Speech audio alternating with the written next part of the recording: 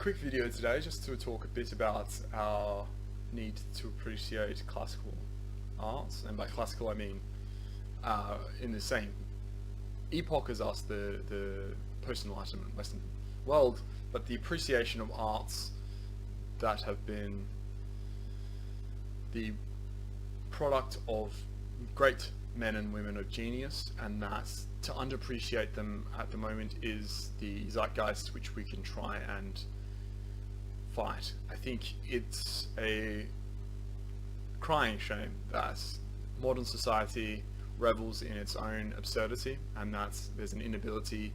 for many people to discern beauty above what they're told is beautiful. So actual beauty and aesthetics being a abstract concept nowadays, to the point where we are told what's beautiful and we believe it because we assume that what we're being told is the truth. To this, I think the modern tendency towards ugly, unaesthetic poetry, like free verse or what have you, towards nonsensical and clumsy theatre and musicals which serve no purpose other than the adulation of the actors and the writers themselves, and that the insincerity of it all and the lack of intellectual challenge is insulting in a lot of ways, and it should be to you. I think that music has tended towards a prefabricated mess of sounds generated by computers and lyrics written by very certain people who have an understanding of what the appeal is to the biological impulses of the brain, not necessarily in a good way either. It's more of a manipulation. So the same way that online mobile gaming triggers the reward centers of a brain, one wouldn't term that as to be beautiful and endearing, and so I think the same principles apply to this music, the nouveau music, more or less in many ways. And so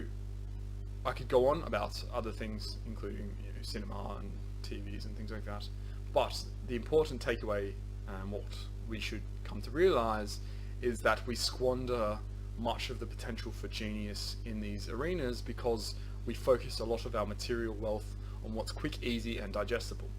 And so this preponderance for things that are cool rather than things that are intellectual or challenging or intricate and complex and beautiful in that way means we lose a lot of the practitioners who would themselves have delved into these fields. So many composers of the past were able to develop classical music in a lot of new and interesting directions and still keep its true form and beauty. And unfortunately we've lost a lot of that. We've gotten to the point where even classical music has to become popularized by soundtracks of movies and games, because no young people, but necessarily middle-aged people as well, are less inclined to go to the opera or to the orchestra to see the orchestra or the ballet or something. And so we lose a lot of this classical beauty in its in the economic sense, but we also lose the ability to generate new versions of triumphs. It's not that what has been done in the past is not good enough, it's that we could still be doing these amazing and beautiful things. It's that we're not, because we are now incapable, and we're incapable because our focus has been shifted and the zeitgeist has moved so readily and so far away into the abstract absurdity and disgusting, what you would call unbeauteous and fetid mess that it has become, is to the point where we can no longer generate the interest necessary to avail ourselves of a genius in any sort. So there is no ability anymore for our society to obtain this. So that's the biggest, I think, the most depressing fact, but the biggest takeaway for you here is that try and educate yourself on a lot of these classical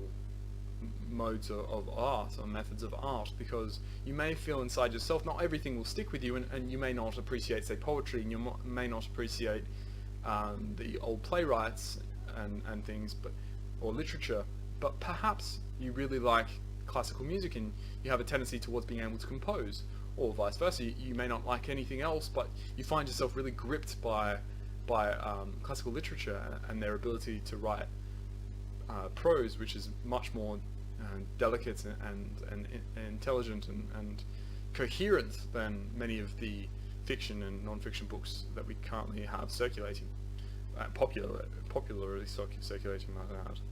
So to that, I think we can better ourselves and then therefore better society, and therefore it becomes a snowball effect of continual betterment rather than the degradation we currently see into anything that's easy, cheap and digestible.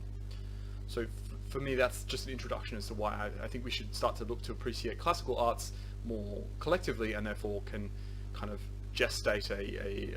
have a pregnant period of uprising and a revitalization of these arts, and perhaps we'll find ourselves capable of genius once more.